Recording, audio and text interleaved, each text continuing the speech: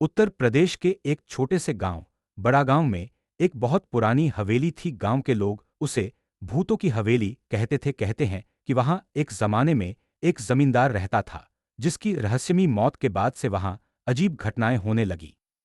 कोई भी उस हवेली के पास जाने की हिम्मत नहीं करता था। रात को वहां से चीखें सुनाई देती थीं, खिड़कियां अपने आप खुलती और बंद होती और किसी के कदमों की आवाज सुनाई देती थी मगर कोई दिखता नहीं था। आदल ग्रेजुएशन एक दिन शहर से आए तीन कॉलेज स्टूडेंट्स आरव, रिया और समीर गांव में रिसर्च के लिए आए। उन्होंने गांव वालों की बातों को मजाक समझा और तय किया कि एक रात वे हवेली में बिताएंगे। पूरा चांद रात के 12 बजे तीनों हवेली के अंदर पहुंचे। मोबाइल की टॉर्च जलाकर उन्होंने इधर-उधर देखा। दीवारों पर अजीब चित्र बने थे और एक कोने में पुराना झूला अपने आप झूल रहा था।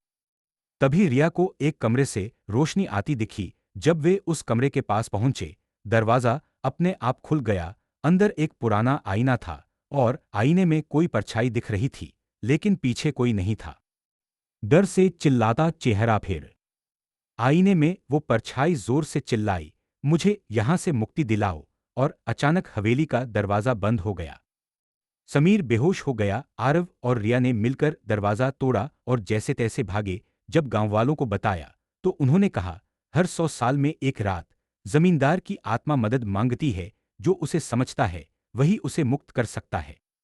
क्या अगली बार कोई उसकी आत्मा को मुक्त कर पाएगा? डरा हुआ चेहरा या वो हवेली यूं ही डरा